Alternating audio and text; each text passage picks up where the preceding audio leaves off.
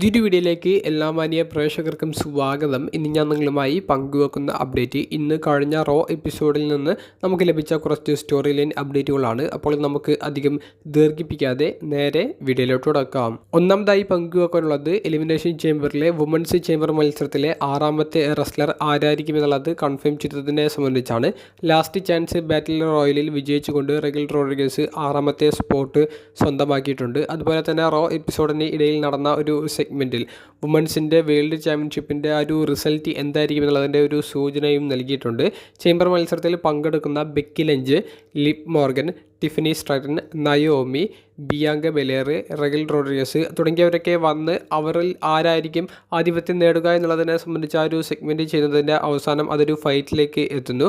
ആ ഒരു ഫൈറ്റിൻ്റെ അവസാനം വലിയൊരു ട്വിസ്റ്റോട് കൂടി നയ ജാക്സ് വന്ന് ഈ 6 വുമൺ റെസ്ലേഴ്സിനെയും ആക്രമിക്കുന്നുണ്ട്. അപ്പോൾ നയ ജാക്സിന് മൊമെൻറ്റം കൊടുത്തുകൊണ്ട് അവസാനിപ്പിക്കുന്നതിലൂടെ അവർ പറയുന്നത് എലിമിനേഷൻ ചേംബറിൽ നയ ജാക്സ് പരാജയപ്പെടാനുള്ള സാധ്യതകൾ ഉണ്ട് എന്നുള്ളതാണ്.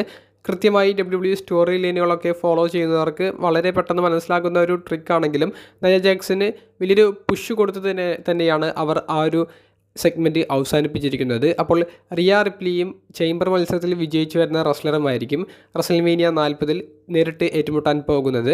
ചേംബറിൻ്റെ ഒരു പ്രൊഡിക്ഷൻ വീഡിയോ ഇന്നലെ അപ്ലോഡ് ചെയ്തിട്ടുണ്ട്. രണ്ടാമത്തെ അപ്ഡേറ്റ് അടുത്ത റോ എപ്പിസോഡിലേക്ക് 2 മത്സരങ്ങൾ കൺഫേം ചെയ്തതിനെ സംബന്ധിച്ചാണ്. സാമി സെയിൻ വേഴ്സസ് ഷിൻസ്കെ നാക്കമോറ തമ്മിലുള്ള സിംഗിൾസ് മത്സരവും പിന്നീട് കൺഫേം ചെയ്തിട്ടുള്ളത് ന്യൂ ഡേ വേഴ്സസ് ഇമ്പീരിയൻ തമ്മിലുള്ള ഒരു സ്ട്രീറ്റ് ഫൈറ്റ് മത്സരവുമാണ്. മൂന്നാമത്തെ സ്റ്റോറി ലൈൻ അപ്ഡേറ്റ് റോ എപ്പിസോഡിൻ്റെ തുടക്കത്തിൽ എന്തുകൊണ്ട് ഡ്രൂ മാക്കിൻറ്റയർ കോഡി റോഡ്സിനെ പരാജയപ്പെടുത്തി എന്നുള്ളതിനെ സംബന്ധിച്ചാണ്.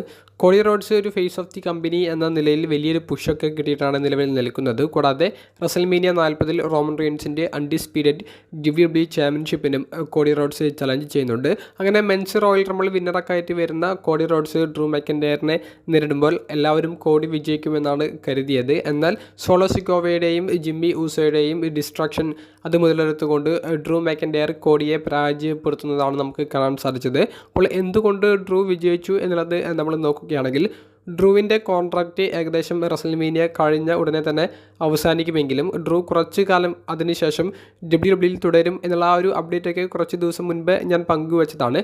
അങ്ങനെയുള്ള ഡ്രൂവിനെ മാക്സിമം പുതിയൊരു കോൺട്രാക്റ്റ് പുതുക്കി ആ ഒരു രീതിയിൽ അദ്ദേഹത്തെ നിലനിർത്തണം. അതിനാണ് അദ്ദേഹത്തിന് വലിയൊരു പുഷ് എന്ന നിലയിൽ കോഡി റോഡ്സിനെ ഇപ്പോൾ തോൽപ്പിക്കുന്ന രീതിയിലേക്കുള്ള ഒരു മത്സരം കൊടുത്തത്. അപ്പോൾ ഡ്രൂ മാക്കിൻറ്റയറിനെ തുടർന്നും WWE ആവശ്യമുണ്ട്. അദ്ദേഹത്തിൻ്റെ ക്യാരക്ടർ വർക്ക് കിടിലനാണ്. എല്ലാ ആരാധകരും അദ്ദേഹത്തെ ആക്സെപ്റ്റ് ചെയ്യുന്നുണ്ട്. അപ്പോൾ അതുകൊണ്ട് തന്നെ ഡ്രൂവിനെ മാക്സിമം പിടിച്ചു നിർത്താൻ വേണ്ടിയിട്ടാണ് കോഡിക്കെതിരെയുള്ള ഒരു വിജയം കൊടുത്തത് എന്നാണ് അറിയാൻ സാധിക്കുന്നത്. അവസാനമായി പങ്കുവെക്കാനുള്ള സ്റ്റോറി ലൈൻ അപ്ഡേറ്റ് റോ എപ്പിസോഡിന് ശേഷം എന്താണ് സംഭവിച്ചത് എന്നുള്ളതിനെ സംബന്ധിച്ചാണ്.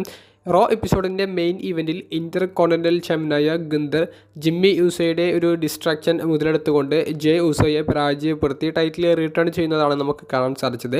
അതിനുശേഷം ജിമ്മി യൂസോ ജെയെ ബ്രൂട്ടലായി ആക്രമിക്കാനും ശ്രമിക്കുന്നുണ്ട്. അങ്ങനെ റോ എപ്പിസോഡ് അവസാനിക്കുന്നതാണ് നമുക്ക് കാണാൻ സാധിച്ചത്. റോ എപ്പിസോഡ് അവസാനിച്ചതിന് ശേഷം സോളോയും ജിമ്മിയും കൂടി ജെയെ ആക്രമിക്കുന്നുണ്ട്. അവിടെ കോഡി റോഡ്സ് വന്ന് ജെ ഊസോയെ സഹായിക്കുന്നുണ്ട്. കോഡി റോഡ്സ് വന്ന് ജെയെ സഹായിക്കാനുള്ള കാരണം ബ്ലഡ് ലൈനെതിരെ കോഡി റോഡ്സും നിലവിൽ സ്റ്റോറി ചെയ്യുന്നത് കൊണ്ടാണ്. അങ്ങനെയുള്ള ഒരു ബ്രൗണോട് കൂടിയിട്ടാണ് റോ എപ്പിസോഡിൽ അങ്ങനെ കാര്യങ്ങൾ അവസാനിച്ചത് എന്നുണ്ടെങ്കിലും കോഡി റോഡ്സ് ഒരാളെ കൂടി അങ്ങോട്ടേക്ക് ഇൻവൈറ്റ് ചെയ്യുന്നു. അത് മറ്റാരുമല്ല CM Punk ആയിരുന്നു. അപ്പോഴേക്കും സോളോ സിക്കോവയും ജിമ്മി യൂസോയും ഒക്കെ ബാക്ക് സ്റ്റേജിലേക്ക് എത്തിയിട്ടുണ്ടായിരുന്നു. CM Punk വന്ന് അവിടുത്തെ കാണികളെ അഡ്രസ്സ് ചെയ്യുന്നതാണ് പിന്നീട് നമുക്ക് കാണാൻ സാധിച്ചത്. അതൊരു ഡിജിറ്റൽ എക്സ്ക്ലൂസീവ് വീഡിയോ പോലെ WWE സോഷ്യൽ മീഡിയയിൽ അപ്ലോഡ് ചെയ്തിട്ടുമുണ്ട്. ആ ഒരു വീഡിയോയിൽ CM Punk പറയുന്നത് അടുത്ത തവണ ഈ ഒരു അറീനയിലേക്ക് WWE തിരികെ വരുമ്പോൾ താൻ എന്തായാലും മത്സരിക്കുമെന്നുള്ളതാണ്. അപ്പോൾ CM Punk അതേ വലിയ കോൺഫിഡൻസോട് കൂടിയിട്ടാണ് ക്രൗഡിനെ അഡ്രസ്സ് ചെയ്യുന്നത്. CM Punkൻ്റെ കയ്യിൽ നമുക്കിപ്പോഴും ഇഞ്ചുറി ഉണ്ടെന്ന് കാണിപ്പിക്കുന്ന രീതിയിലുള്ള കുറച്ച് കാര്യങ്ങളൊക്കെ ധരിച്ചിട്ടുണ്ട്. CM Punkൻ്റെ ഒരു റിട്ടേൺ 6 തൊട്ട് 8 മാസത്തോളം എങ്കിലും കഴിഞ്ഞാലേ കാണാൻ സാധിക്കുകയുള്ളൂ എന്നാണ് നമുക്ക് ഇന്നലെ ലഭിച്ചൊരു അപ്ഡേറ്റിൽ നിന്ന് മനസ്സിലാക്കാൻ സാധിച്ചിട്ടുള്ളത്. അപ്പോൾ ഇത്തരത്തിലുള്ള കാര്യങ്ങളും റോ എപ്പിസോഡിന് ശേഷം നടന്നിരുന്നു. റോ എപ്പിസോഡിനെ കുറിച്ചും നമ്മുടെ വീഡിയോയെ കുറിച്ചിട്ടുമുള്ള നിങ്ങളുടെ അഭിപ്രായം കമൻറ്റ് ബോക്സിൽ രേഖപ്പെടുത്തുക. അപ്പോൾ അടുത്തൊരു വീഡിയോയുമായി കാണുന്നത് വരെ ബൈ.